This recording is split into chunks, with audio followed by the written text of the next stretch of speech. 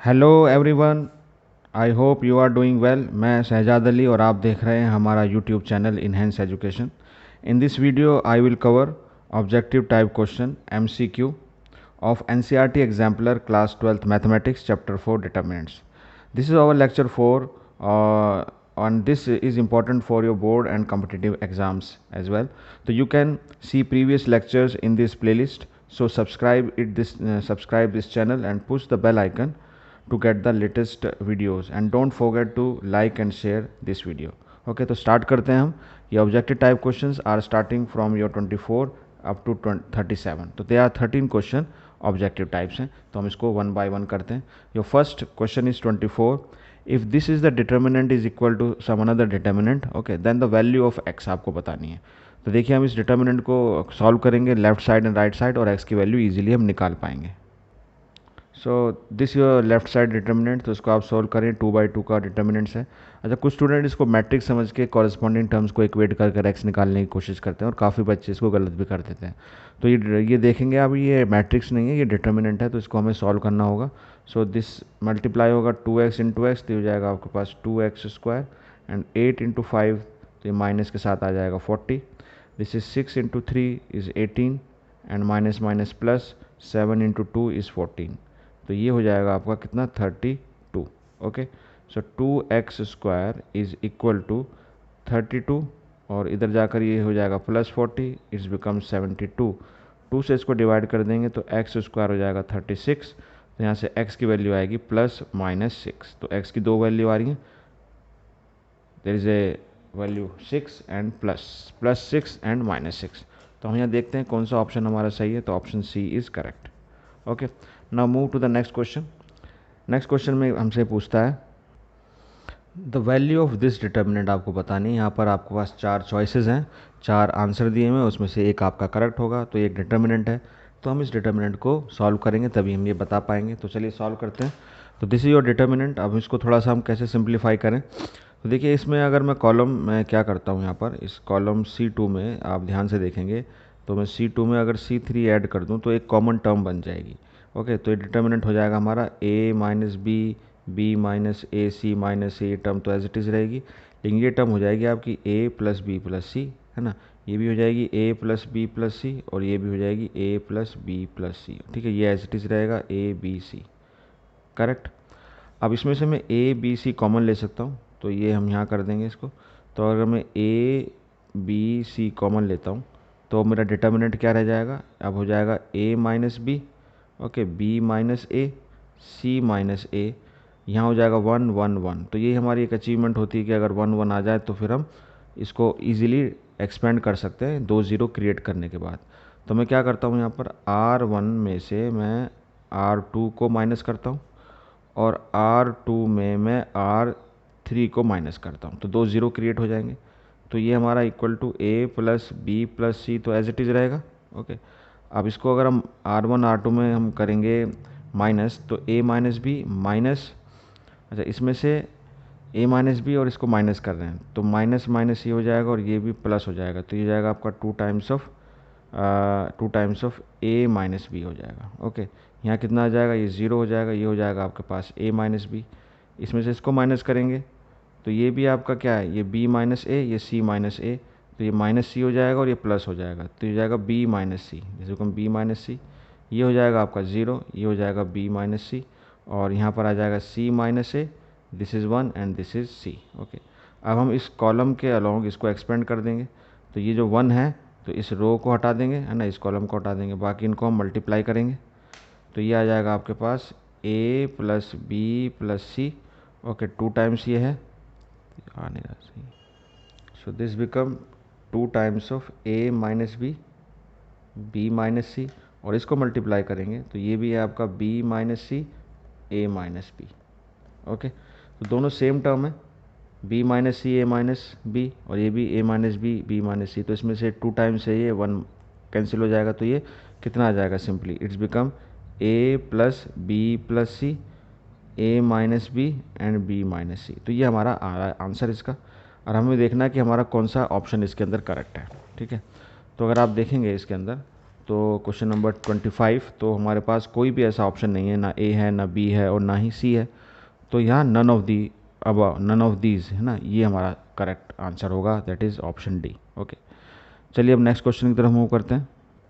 देखिए area of triangle भी हम डिटर्मिनेंट की हेल्प से निकाल सकते हैं, है ना। अगर हमें तीनों वर्टिसेस जैसे इसमें दिया हुआ है और उसमें एरिया भी दिया हुआ है, तो एरिया अगर गिवन है तो हम किसी ना किसी कोऑर्डिनेट को पूछा गया होता है। जैसे इसके अंदर के एक अननोन वैल्यू है ना।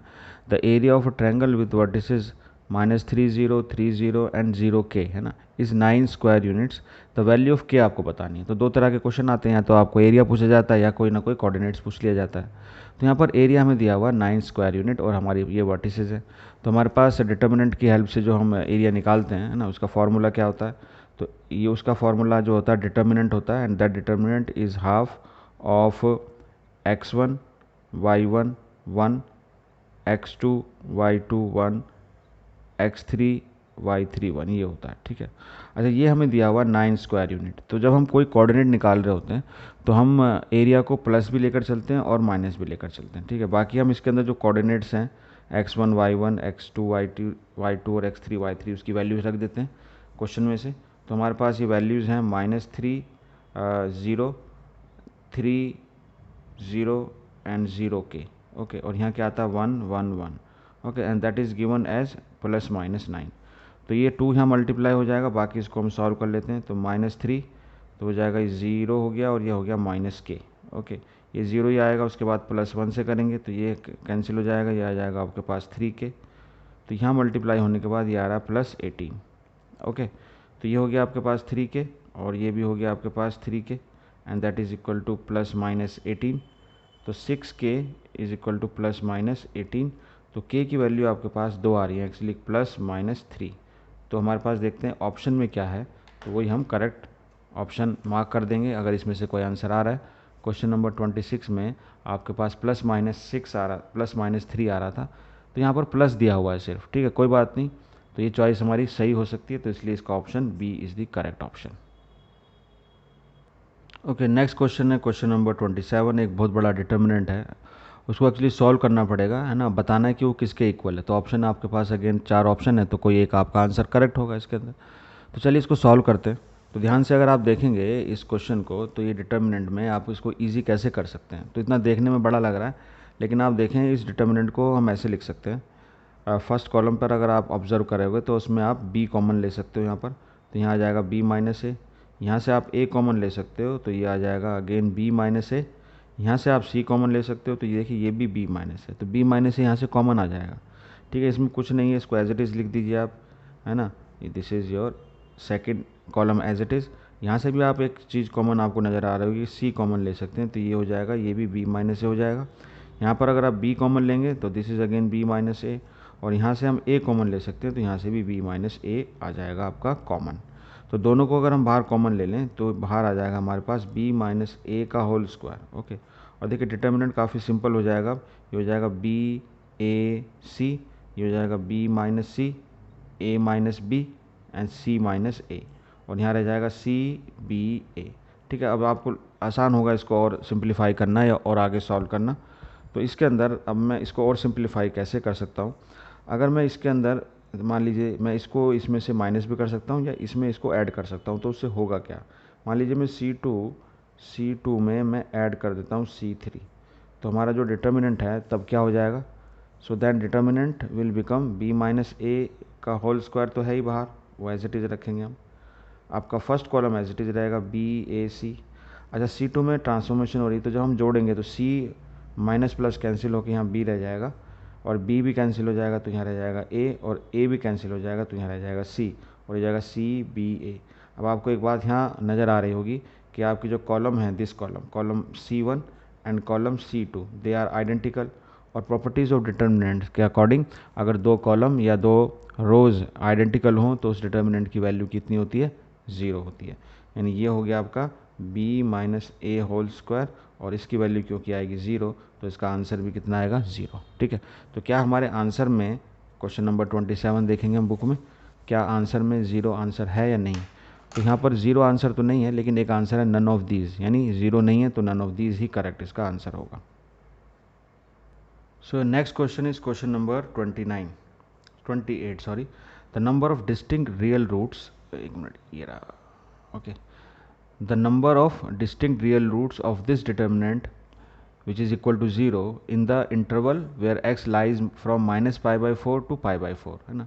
तो कितने डिस्टिंक्ट रियल रूट्स होंगे इसके, 0, 2, 1 या 3, ये आपको आंसर देना है इसका, ठीक है। तो इसके लिए हमें सीधा सीधा इस को सॉल्व करना होगा और फिर निकालना होगा कि x की क्या क्या कितनी वैल्यूज़ आ सकती हैं, ठीक है ना, कितने डिस्टिंक्ट रियल रूट्स आ सकते हैं। तो चलिए स्टार्ट करते हैं। तो यहाँ पर ये देखिए डिटर्मिनेंट लिखा हुआ है ना, और x की वैल्यू यहाँ पर जो है, x की वैल्यू कहाँ से कहाँ आ रही है, x is minus pi by 4 two plus pi by 4 तक आ रही है, ठीक है। तो इसको सॉल्व करते हैं। तो अगर आप इसमें ऑब्जर्व करेंगे तो चाहे आप रोज़ को जोड़ दें या कॉलम को अगर जोड़ें, है ना, मान लीजिए मैं C1 में सारे कॉलम ऐड कर देता हूँ, तो आप देखोगे कि आप रो में भी ऐसा कर सकते हो, तो आपके पास कॉमन टर्म निकल कर आएगी। आपके पास आ जाएगा साइन एक्स, है ना, और प्लस 2 कॉस एक्स, दोनों ही साइड से ऐसा होगा। और यहाँ भी हो जाएगा आपके पास sine x plus 2 cos x, और this is again sine x plus 2 cos x. तो इतना काम हो गया। अगर कॉमन हमारे पास कोई कॉलम आ गया, जो हमारा हमेशा से हम क्या करते थे, यही हमारा मोटिव होता है कि कोई एक कॉलम के अंदर या किसी एक रो के अंदर सारे एलिमेंट सेम आ जाएं, और उसके बाद जो सेकंड स्टेप होता है वो होता है उसको कॉमन बाहर निकाल लेना। तो अगर हम इसको बाहर कॉमन ले लेंगे तो हमारे पास ये आ जाएगा sign x, okay, plus 2 cos x. तो ये हमने बाहर कॉमन ले लिया। अब अंदर क्या हो जाएगा, हमारे पास 1 1 आएगा, ठीक है। तो यहाँ से 1 1 से हम आगे अच्छी तरह से समझते हैं कि 2 0 क्रिएट कर पाएंगे हम इजीली। तो ये हो गया आपके पास cos x, this is your sine x, this is cos x, okay, then cos x and sine x. तो ये हमारा डिटर्मिनेंट हो गया। अब जिसके अंदर 1 1 हो किसी रो में या किसी कॉलम में, तो हम जानते हैं कि 2 0 किस तरह से क्रिएट किए जाते हैं। तो अगर मैं रो वाइज ही 0 क्रिएट करूँ तो R1 में मैं R2 माइनस कर दूंगा, है ना, और R2 में मैं R3, है ना, R2 में R3 माइनस कर दूंगा, ठीक है। तो ये जो हमारा डिटर्मिनेंट था, है ना, इसमें जो हमने बाहर लिया था sign x plus 2 cos x, तो वो तो एज इट इज़ रहेगा। अब डिटर्मिनेंट में क्या चेंज होगा, यहाँ 0 आ जाएगा, यहाँ पर 0 आ जाएगा, ओके, और ये रहेगा 1 आपका। तो ये हो जाएगा आपके पास cos x minus sine x, okay, ये हो जाएगा आपके पास sine x minus cos x, और ये cos x as it is रहेगा। ये हो जाएगा आपके पास cos x minus cos x, तो ये हो जाएगा टर्म आपका 0, ओके। यहाँ हो जाएगा आपके पास cos x minus sine x, और यहाँ पर भी रहेगा आपके पास sine x as it is, ठीक है, ये हो जाएगा। अब आप इस रो के इस कॉलम के अलॉन्ग इसको एक्सपेंड कर देंगे, ठीक है। तो ये आप रो हटा दें, ये कॉलम हटा दें और इसको मल्टीप्लाई कर दें, ठीक। तो होगा क्या, देखिए, अब ये जो है आपका हो जाएगा sign x plus 2 cos x, और ये टर्म आएगी आपकी sine cos x minus sine x, cos x minus sine x multiply होगा, ये 0 हो जाएगा। तो यहाँ पर आने वाला आपका cos x minus sine x का होल स्क्वायर, और ये किसके बराबर है, एक्चुअली 0 के बराबर हमारा चल रहा है, ठीक है। इसी को तो हम सॉल्व कर रहे हैं, तो ये हमारा 0 के इक्वल है, ठीक। तो अब हमें इसको सॉल्व करना है, तो यहाँ इसको कर लेते हैं। देखिए, दो चीज़ें हो सकती हैं, ये दो फैक्टर अगर 0 हैं तो दो बात होंगी यहाँ पर, या तो आपका sine x plus 2 cos x ये 0 होगा, ओके, और दूसरा क्या होगा आपके पास, cos x minus sine x का होल स्क्वायर, ओके, ये यहाँ पर, या तो आपके पास ये 0 होगा फैक्टर में से, या आपके पास cos x minus sine x का होल स्क्वायर ये 0 होगा, ठीक है। तो साइड बाय साइड देखते हैं यहाँ पर क्या क्या एक्स की वैल्यू मिल सकती है हमें। तो ये आ जाएगा आपके पास साइन एक्स, है ना, माइनस 2 कॉस एक्स, या इसको हम कह सकते हैं 10x is equal to -2, okay. अच्छा, x की जो आपका 10x है वो इसको सेटिस्फाई नहीं करेगा, क्योंकि इसकी जो वैल्यू होगी 10x की, वो मैक्सिमम वैल्यू और मिनिमम वैल्यू -1 से कम नहीं हो सकती। तो ये तो पॉसिबल ही नहीं है, नॉट पॉसिबल, ये तो पॉसिबल नहीं होगा, यहाँ से हमें x की कोई वैल्यू नहीं मिलेगी। यहाँ से हम देखते हैं, तो ये हो जाएगा आपके पास cos x minus sine x is equal to 0, तो ये एक्चुअली हो जाएगा 10x इज इक्वल टू 1। अब 10x इज इक्वल टू 1 का मतलब है x की वैल्यू कितनी आएगी, x की वैल्यू अगर हमारी होती है पाई बाई 4, तो ये वैल्यू आएगी, यानी हमारे पास x की सिर्फ एक ही वैल्यू आ रही है, ठीक है, x की एक ही वैल्यू आ रही है। तो हमारा जो ऑप्शन था जिसके अंदर सिर्फ 1 हमें पूछा गया था कि 1 होगा, तो वो ऑप्शन कौन सा था, that is your question number this, okay. तो C में था, तो C is the correct option. Now the next question is question number 29. If A, B and C are angles of a triangle, then the determinant this is equal to, there are four options again. This is the determinant where A, B, C are the angles of a triangle. Okay, so first I will create a triangle ABC. This is your ABC. This is A, this is B and this is C. Okay, if this is the side opposite to A is small a and this is B and this is C. Okay, so there is a projection rule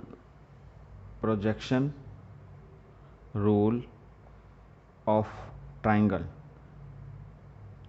That rule says that the projection from this side on, that is on side A, can be written as, this can be written as, that A can be written as the projection of these two sides. This is the projection of these two sides on the side A. So that can be written as, so the projection of this side is B cos C and the projection of this side will be C cos B. So that can be written as B cos C plus C cos B. Similarly, B can be written as C cos A plus A cos C, and C can be written as A cos B plus B cos A. Okay, so by using this projection rule of triangle, what I will do here, I will write C1, the column C1, as the multiplying C1 with A, okay, C1 with A, plus multiplying B with column C2 and plus multiplying C with column C3, and then the determinant will be, okay, then determinant will be minus A plus B cos C plus C cos B. Okay, and second column आपका as it is cos C cos B. Okay, ये हो जाएगा आपके पास A cos C minus B plus C cos A, and this is minus 1, this is your cos A. Okay, and this is A cos B plus B cos A and minus C, and this is cos A and this is minus 1. So from these three equations I can write this determinant as here minus A, and this B cos C plus C cos B. B cos C plus C cos B can be written as A, so this is plus A, and here A cos C plus C cos A cos C plus C cos A can be written as B, so this become B and this is minus B, and A cos B plus B cos C, this becomes C minus C. So this is your cos C and minus 1, this is cos A, and this is your cos B cos A and minus 1. So here A cancel, B cancel, C cancel, this column is overall 0. So one column is 0, that is determinant is 0. तो option कौन सा सही होगा इसके अंदर आप देख सकते हैं, विच ऑप्शन इज करेक्ट. तो in this question number 29 there is a option A is correct. So this is your option A. Determinant value is 0. So next question is question number 30. Question number 30. तो यहाँ पर function है in the form of determinant और हमें actually निकालनी value है limit of F T, limit T approaches to 0 F T divide by T square, यानी F T हमें चाहिए. तो हमें ये डिटर्मिनेंट सॉल्व करना होगा और देखेंगे क्या इसका आंसर आएगा. ठीक है, 0 -1 2 या 3. चलिए स्टार्ट करते हैं. पहले इसको हम इस डिटर्मिनेंट को सॉल्व करेंगे. तो यहाँ पर ये एफ टी जो है इस डिटर्मिनेंट के बराबर है. तो मैं इसको अगर कॉलम है ना C1 के अलॉन्ग इसको एक्सपेंड कर देता हूँ. ठीक है, सॉल्व कर देता हूँ, इसको एक्सपेंड कर देता हूँ. तो जो वैल्यू आएगी that is equal to cos T, है ना, और इसके साथ क्या होगा, रो छोड़ देंगे, कॉलम छोड़ देंगे. तो ये हो जाएगा आपके पास टी स्क्वायर, यहाँ हो जाएगा -2t स्क्वायर. करेक्ट. उसके बाद ये साइन माइनस साइन के साथ आएगा, तो -2 साइन टी. ओके, और इस रो को छोड़ेंगे, इस कॉलम को छोड़ेंगे, तो जाएगा टी स्क्वायर और माइनस टी. करेक्ट. अब ये लेंगे आप साइन टी. ठीक है, तो इस रो और इस कॉलम को छोड़ देंगे, तो ये हो जाएगा आपके पास 2t स्क्वायर माइनस टी. ठीक है, थोड़ा इसको और सॉल्व करते हैं. तो ये हो जाएगा आपके पास कॉस, सॉरी यहाँ पर ये ओके टी स्क्वायर और टी स्क्वायर कॉस टी, उसके बाद माइनस, अच्छा टी स्क्वायर माइनस 2t, तो ये माइनस ही रह जाएगा ना, माइनस टी स्क्वायर आ जाएगा। ठीक है, तो ये पूरा सॉल्व हो गया। उसके बाद ये हो जाएगा minus 2t square sine T, okay, and minus minus plus 2t sine T. Correct. चलिए अब इसको सॉल्व करते हैं। तो ये हो जाएगा आपके पास 2t स्क्वायर है ना साइन टी, और ये माइनस के साथ आ जाएगा आपके पास टी साइन टी। करेक्ट। तो देखिए इसमें आपके पास minus T square cos T, तो इसको ऐसे लिख लेते हैं हम, टी स्क्वायर कॉस टी, ऐसी और कोई टर्म है नहीं, माइनस 2t साइन टी और प्लस 2t साइन टी, तो ये तो कैंसिल हो जाएगी आपके पास। ठीक है, यहाँ 2t साइन टी, यहाँ t साइन टी, तो यहाँ पर आ जाएगा खाली t साइन टी। तो ये हमारा फंक्शन आ गया, this function is your F T. ठीक है, अब हमें यहाँ सॉल्व करना है, तो इसको हम सॉल्व कर सकते हैं, limit t approaches to zero. अच्छा एफ टी की वैल्यू क्या आ जाएगी, minus T square cos T, okay, और साथ में है आपका प्लस टी साइन टी। अब इसको मैं डिवाइड करना है टी स्क्वायर से, तो दो टर्म बन जाएंगी यहाँ, एक तो आ जाएगी limit T approaches to zero, T square cancel हो जाएगा, तो ये आ जाएगा माइनस कॉस टी, और दूसरा फिर लिमिट लगा देंगे दूसरी टर्म पर भी, है ना, टी अप्रोचेस टू ज़ीरो, तो एक टी कैंसिल हो जाएगा, ये बचेगा sine T divide by T. तो लिमिट आपने 11th क्लास में की होगी, तो आप समझ जाएंगे ये फॉर्मूला होता है, इसकी वैल्यू होती है 1, और यहाँ टी की वैल्यू 0 रखेंगे तो ये भी आ जाएगा 1, तो -1 हो जाएगा, और ये हो जाएगा +1, तो इसकी वैल्यू कितनी आ जाएगी, 0। तो 0 इज़ द आंसर। और ऑप्शन कौन सा होगा वो देख सकते हैं, टिक कर लेंगे इस ऑप्शन को। तो this is question number 30 and the option A is correct. तो option A is correct. Okay, next question 31, the maximum value of determinant is what, A B C आपके ऑप्शन दिए हुए हैं, थीटा यहाँ पर रियल है। ठीक है, तो इसको हमें निकालनी है इसकी मैक्सिमम वैल्यू। तो देखिए किस तरह से किया जाए, पहले क्वेश्चन को हम इसको डिटर्मिनेंट को सॉल्व करते हैं और देखते हैं कि मैक्सिमम वैल्यू का मतलब क्या निकलेगा यहाँ पर। ठीक है, तो ये डिटर्मिनेंट लिखा हुआ यहाँ पर ऑलरेडी 1 1 बने हुए हैं, तो मैं किसी भी इस कॉलम के अंदर सपोज मैं 2 0 क्रिएट कर सकता हूँ, अगर मैं इसमें से इसको माइनस कर दूंगा, है ना, यानी C3 में मैं ट्रांसफॉर्मेशन लगाता हूँ, C3 माइनस C1 डायरेक्ट, तो ये जो डिटर्मिनेंट है दैट इज़ इक्वल टू हो जाएगा आपके पास 1 1 1 प्लस कॉस थीटा, है ना, एज इट इज़, ये भी एज इट इज़ रहेगा 1 प्लस साइन थीटा, ओके, यहाँ 1 हो जाएगा, ये हो जाएगा आपके पास 0 0। अच्छा इसमें से इसको माइनस करेंगे तो 1 तो 1 0 हो जाएगा, और यह आ जाएगा माइनस कॉस थीटा। करेक्ट। तो अब आप इसी कॉलम के अलॉन्ग इसको एक्सपेंड कर लें। ठीक है, तो 0 0 है तो इसके अलॉन्ग होगा, ये हो जाएगा कैंसिल, ये हो जाएगा कैंसिल, तो यहाँ पर आ जाएगा आपके पास माइनस कॉस थीटा। ठीक है, अब ये छोड़ दिया आपने, तो इसको मल्टीप्लाई करेंगे तो 1 प्लस साइन थीटा, और ये मल्टीप्लाई करेंगे तो आ जाएगा -1, तो 1 1 कैंसिल हो जाएगा, तो वैल्यू आ जाएगी आपके पास माइनस, है ना, sine theta cos theta. Okay, तो मैं इसको एज इट इज़ यहाँ ऐसे लिख सकता हूँ, यहाँ आगे कर लेते हैं, determinant is equal to minus, है ना, मैं 2 से डिवाइड और 2 से मल्टीप्लाई कर दूंगा इसको, तो ये हो जाएगा आपके पास 2 साइन थीटा कॉस थीटा, तो ये बन जाएगा साइन 2 थीटा। अच्छा ये डिटर्मिनेंट की वैल्यू, और हमें इसकी मैक्सिमम वैल्यू चाहिए, तो अगर इसकी मैक्सिमम वैल्यू चाहिए तो थीटा की तो वैल्यू कोई भी रियल वैल्यू ले सकते हैं हम, तो इसको मैक्सिमम करने के लिए तो मैं साइन थीटा की वैल्यू कहाँ से कहाँ जाएगी, साइन 2 थीटा, है ना, इसकी जो वैल्यू आ जाएगी वो जाएगी आपके पास -1 टू +1। तो अगर मुझे इस ओवरऑल वैल्यू को मैक्सिमम करना है तो मैं प्लस लूँगा तो माइनस नेगेटिव हो जाएगी, और अगर मैं नेगेटिव लूँगा तो पॉजिटिव हो जाएगी, तो मुझे पॉजिटिव लेना है, तो मुझे क्या लेना है, इसकी वैल्यू को -1 लेना होगा। ठीक है, यानी साइन 2 थीटा की वैल्यू अगर मैं -1 लेता हूँ, है ना, तो डिटर्मिनेंट कितना हो जाएगा, -1/2 इंटू -1, तो इसकी वैल्यू मैक्सिमम आ जाएगी 1/2। ठीक है, थीटा क्या होगा वहाँ पर उसका हमें कोई बताना नहीं है, हमें तो सिर्फ इस डिटर्मिनेंट की मैक्सिमम वैल्यू बतानी है, और साइन 2 थीटा वैल्यू ले सकता है -1, अगर वो -1 ले सकता है तो यही मैक्सिमम वैल्यू आएगी हाफ। इसके अलावा और कोई भी वैल्यू आप रखेंगे तो वो -1 से कम होते होते, है ना, उसकी वैल्यू -1 से कम होते होते 1 तक जाएगी, और ये वैल्यू आपकी इससे भी कम हो जाएगी। ठीक है, तो इसका जो हमारा आंसर होगा इसकी मैक्सिमम वैल्यू होगी 1/2। तो अब आप ऑप्शन पे टिक करना चाहते हैं, तो इसका ऑप्शन जो है वो है आपका ए। नेक्स्ट क्वेश्चन 32, यहाँ पर fx जो है इट्स अ डिटर्मिनेंट। तब हमें बताना है कि यहाँ पर जो ऑप्शन आपको दिए हुए हैं ए बी सी डी, तो इसमें x की वैल्यू आपको a ली है, b ली है, c ली है और 1 ली है। ठीक है, 0 ली है, तो आपको चेक करना है कौन सा इसमें आंसर सही होगा। तो इसके अंदर हमें सभी वैल्यूज़ एक्चुअली पुट करके देखनी पड़ेंगी, तभी हम बता पाएंगे, है ना। हम x की जगह a लेंगे, b लेंगे, फिर 0 लेंगे और 1 लेंगे और देखेंगे सेटिस्फाई कौन सी इसके अंदर हो रही है। इसमें से सिर्फ आपका एक ही करेक्ट ऑप्शन होगा, ठीक है। चलिए, तो यहाँ पर ये देखिए, पहले क्या लेना है हमें पहले चाहिए fa।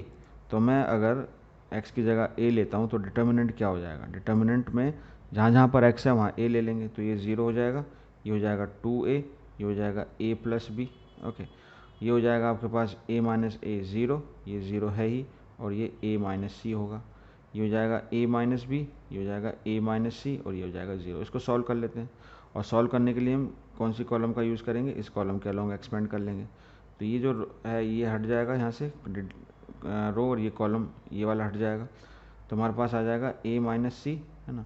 और ये क्रॉस मल्टीप्लाई, ये तो 0 हो जाएगा, और ये माइनस के साथ आएगा, तो माइनस आ जाएगा बाहर 2a and a minus B, ठीक है। तो ये तो 0 नहीं आ रहा क्योंकि हमें fa 0 कहा था, तो हमारा ऑप्शन जो था फर्स्ट ऑप्शन, है ना, आप देख सकते हैं fa इज इक्वल टू 0 इसमें कहा गया है, fa इज इक्वल टू 0, तो ये तो हमारा ऑप्शन सही नहीं है, तो this is the not a correct option. तो हम अब fb चेक करते हैं, और वो 0 आता है कि नहीं आता है ये हमें देखना होगा। तो हम अब लेते हैं fb, तो x की जगह हम रखेंगे b, ठीक है, इस डिटर्मिनेंट के अंदर। तो ये हो जाएगा 0, ये हो जाएगा b प्लस a, ये हो जाएगा 2b, ये हो जाएगा b माइनस ए, ये 0, यहाँ पर b माइनस सी, ये हो जाएगा 0, ये b माइनस सी, और ये हो जाएगा 0। अब इसको एक्सपेंड कर लेते हैं।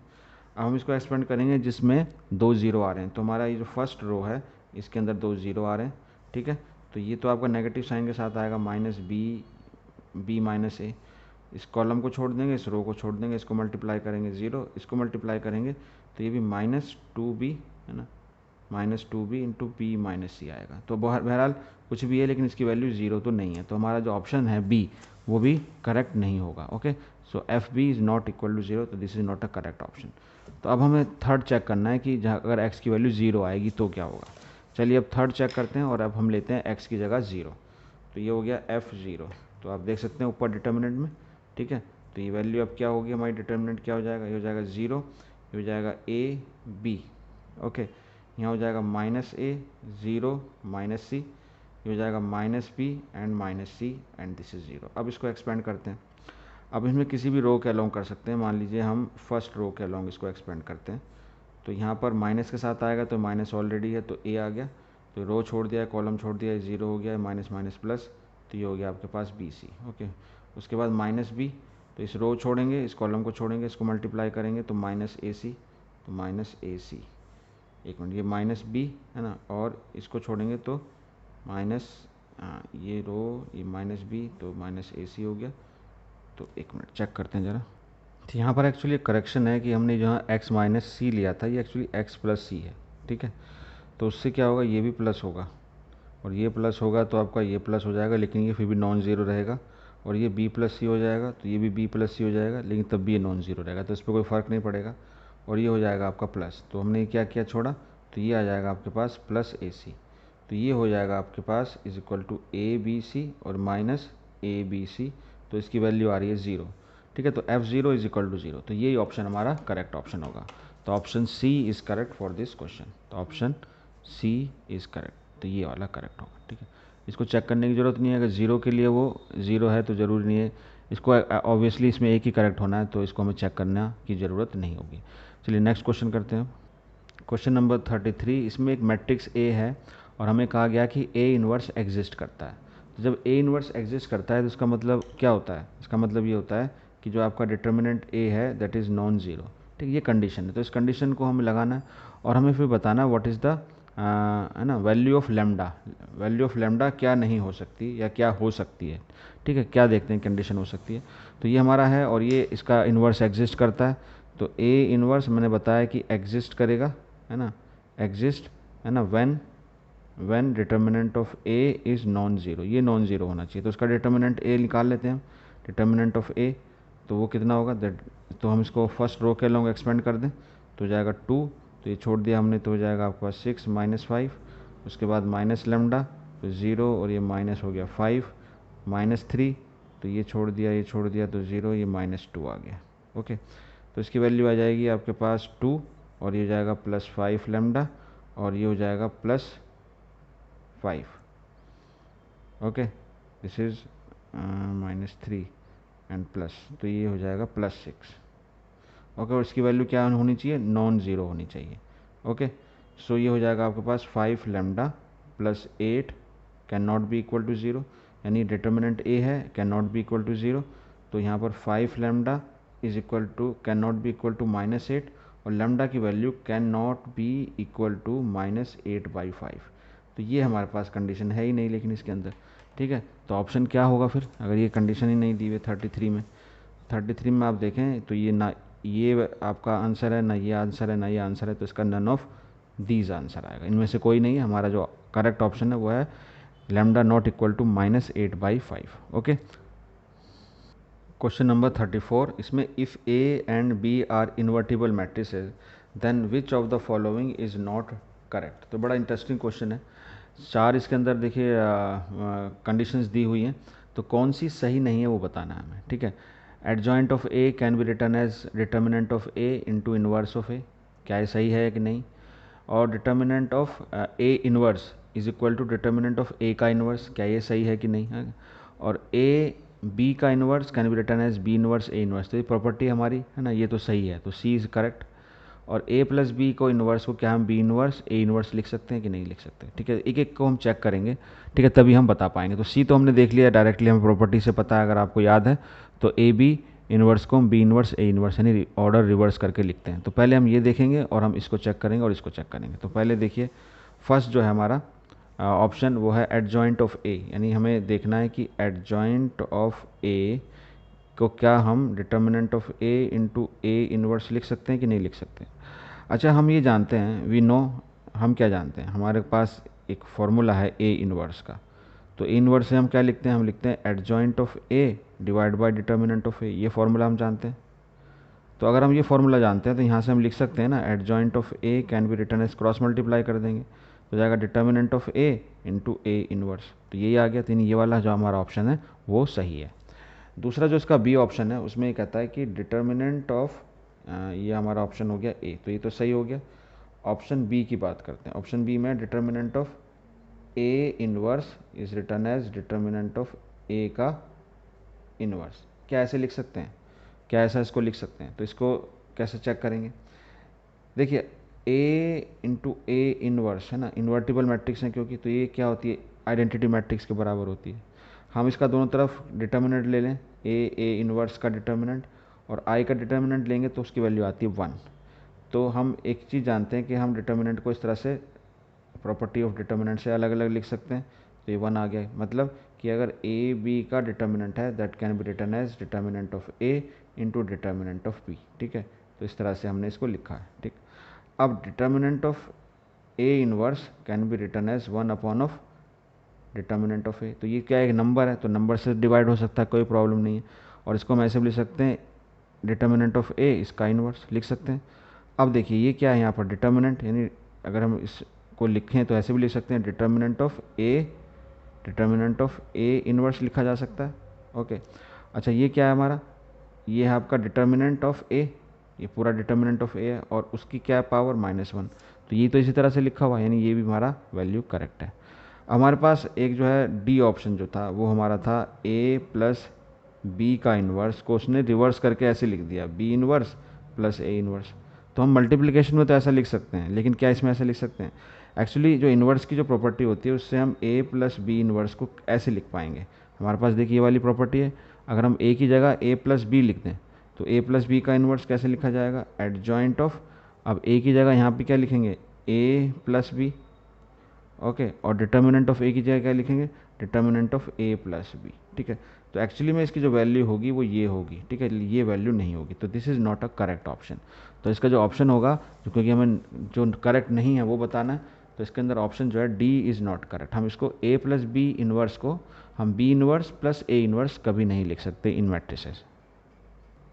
Question number 35, if x y z are all different from zero and this determinant is equal to 0, then the value of x inverse plus y inverse plus z inverse ना, x की power -1 y की power -1 plus z की power -1 is equal to what, A B C आपके पास option है। तो हमें इसको सॉल्व करके यहाँ पर x inverse, y inverse, z inverse का यहाँ पर वैल्यू निकालनी पड़ेगी, ठीक है। ये इक्वल टू 0 है, तो डिटर्मिनेंट को हम सॉल्व करेंगे। तो चलिए डिटर्मिनेंट ये रहा आपके सामने, तो मैं इसको सीधा एक्सपेंड कर देता हूँ R1 के अलोंग, ठीक है। तो ज़्यादा कुछ डिफ़िकल्ट एंट्रीज़ यहाँ पर है नहीं, तो ये आ जाएगा आपके पास 1 + x, उसके बाद इसको मल्टीप्लाई करेंगे यानी 1 + y, ओके, एंड 1 + z, उसके बाद ये आ गया -1, ओके। उसके बाद इसको लिखेंगे -1, इसको छोड़ देंगे, इसको छोड़ देंगे, तो जाएगा 1 + z -1, उसके बाद +1 आ गया, उसके बाद 1 - 1 - y, ओके। तो ये +1 ये -1, ये +1 ये -1 तो कैंसिल हो गया। इसको थोड़ा सा that is equal to 0, okay. तो इसको हम क्या करेंगे 1 + x, अभी तो एज इट इज़ लिखेंगे, इसको सॉल्व करेंगे तो 1 + z + y + yz -1, ओके। ये +1 ये -1 भी कैंसिल हो गया, ये माइनस है आपका, तो यहाँ क्या बचेगा -z, और यहाँ से क्या आएगा +- y, and that is equal to 0, okay.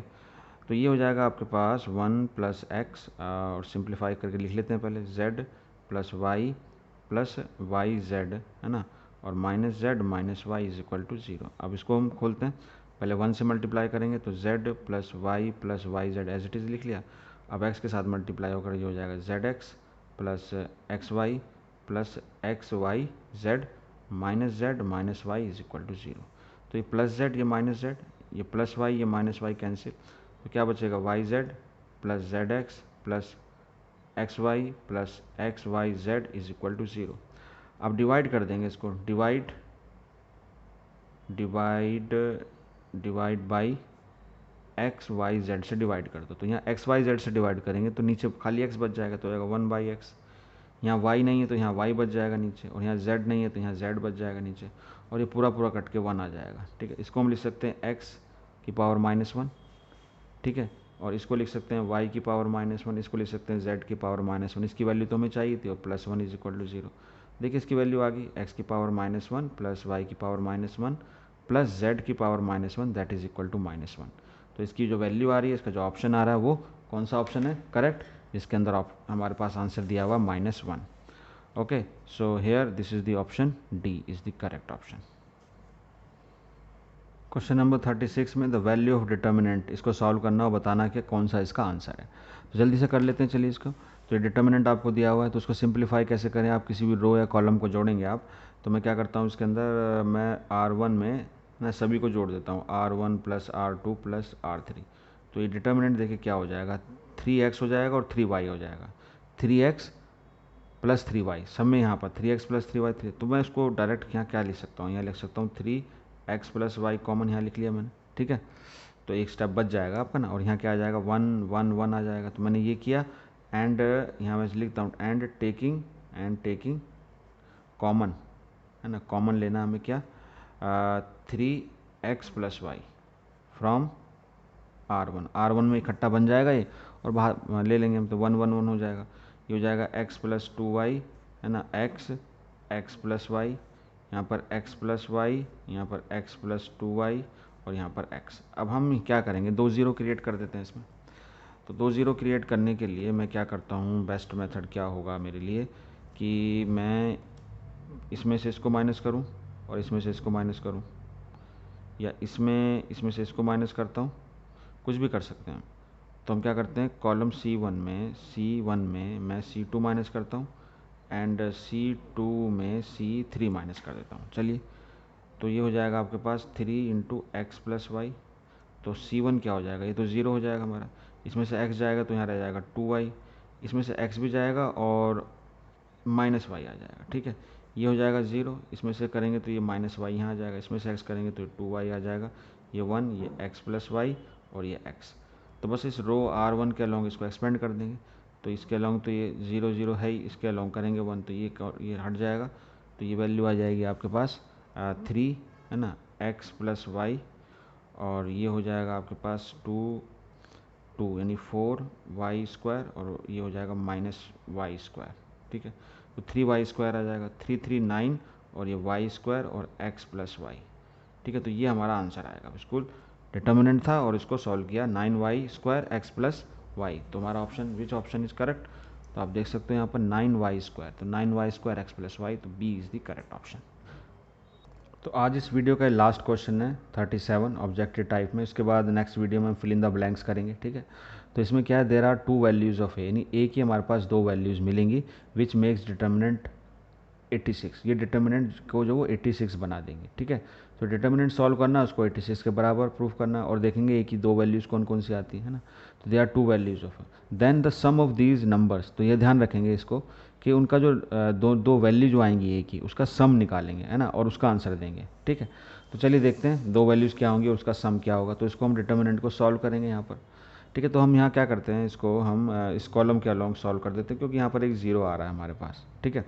तो ये हो जाएगा 1 के अलॉन्ग करेंगे, तो ये रो छोड़ दी, ये कॉलम छोड़ दिया, तो ये जाएगा आपके पास 2a² और ये +4 हो गया, ठीक है। उसके बाद -2 हो गया, है ना, तो रो छोड़ दिया, ये कॉलम छोड़ा, तो ये हो जाएगा आपके पास -4a और ये आपका हो जाएगा -5a, correct. And this is your equal to 86। तो ये जाएगा 2a² +4 और ये माइनस माइनस सब प्लस हो जाएगा, तो ये जाएगा 8। अच्छा, ये कितना हो जाएगा 9a, तो ये हो जाएगा 9 × 2 18a, है ना, इज इक्वल टू 86। तो 2a² + 18a, ये यहाँ पर आकर कितना हो जाएगा 86 में से 4 माइनस करेंगे, तो ये हो जाएगा आपके पास 84 हो जाएगा, ठीक है, इक्वल टू 0। 2 कॉमन ले लीजिए, तो a² = 9a और ये जाएगा 42 इज इक्वल टू 0, ओके। अब इसको हम सॉल्व करते हैं, क्वाड्रेटिक इक्वेशन है ये। तो इसके अंदर क्या क्या वैल्यूज़ आ सकती हैं, यानी इसको हम सॉल्व करेंगे तो क्या फैक्टर्स बनेंगे इसके। तो लगता है यहाँ पर कुछ गड़बड़ हुई है। एक्चुअली यहाँ पर जो है ये -2 और उसका इस रो को छोड़ा, इस कॉलम को छोड़ा, तो -4a एंड 4 इंटू, अच्छा मैंने इसको मल्टीप्लाई कर दिया था, तो 4 × 5 ये 20 आएगा, sorry, this is equal to 20। इसको करेक्ट कर लें 20, तो ये हो जाएगा यहाँ पर 8a, ओके 8, इसको दोबारा लिख देते हैं यहाँ पर, ये हो जाएगा 2a², ओके 2a² +4, है ना, +8a and +40 is equal to 86। तो ये हो जाएगा 2a² + 8a और ये 44 - 86 इज इक्वल टू 0। तो 2a² + 8a, है ना, इसमें से इसको करेंगे तो हो जाएगा 2 4, है ना, माइनस का साइन आ जाएगा, दिस इज 0। 2 कॉमन ले सकते हैं, तो a² × 4a, okay, and -21 is equal to 0, ठीक है। तो ये क्वाड्रेटिक इक्वेशन को सॉल्व करेंगे और एक की दो वैल्यूज़ आएंगी यहाँ पर, ठीक। तो यहाँ पर देखिए 21 के अगर हम फैक्टर बनाएं तो दो फैक्टर बनते हैं, जिसका डिफरेंस 4 होता है, वो होता है 7 और 3, ठीक है। अच्छा, ये बड़ा है तो इसके साथ प्लस आएगा और इसके साथ माइनस आएगा, तो बस यहाँ पे a लगा दें, यहाँ एक और a यहाँ पर लगा दें, तो ये आपके फैक्टर बन जाएंगे शॉर्टकट मेथड से, ठीक है। इस तरह से हम इसको लिख सकते हैं, ओके। तो यहाँ पर जो है a की जो वैल्यू आएगी, एक तो आएगी -7, है ना, एंड a की एक वैल्यू आएगी 3। तो दो वैल्यूज़ आ रही हैं, a की -7 एंड a की वैल्यू 3, दो आ रही हैं। हमें चाहिए था सम ऑफ दीज नंबर, तो -7, है ना, +3 इज इक्वल टू -4। तो हमारा जो आंसर होगा दैट शुड बी -4। तो देखते हैं हमारा ऑप्शन कौन सा इसके अंदर करेक्ट है। So this is your option C, you can see, है ना, you can see the option C is correct, ठीक है, -4। तो ये हमारी आज वीडियो का जो लास्ट क्वेश्चन था। तो आई होप आपको सारी एक्सप्लेनेशन समझ में आई होगी, और इस तरह की और वीडियोस के लिए आप इस वीडियो को लाइक करें और अपने फ्रेंड्स के अंदर शेयर ज़रूर करें। और लेटेस्ट वीडियो जो आगे आपको मिलती रहेंगी, नेक्स्ट वीडियो, उसके लिए भी आप नोटिफिकेशन बेल आइकन को ज़रूर प्रेस कर दें, ताकि मैं जब भी वीडियो बनाऊँ वो आपको तुरंत मिले, ओके। तो थैंक यू वेरी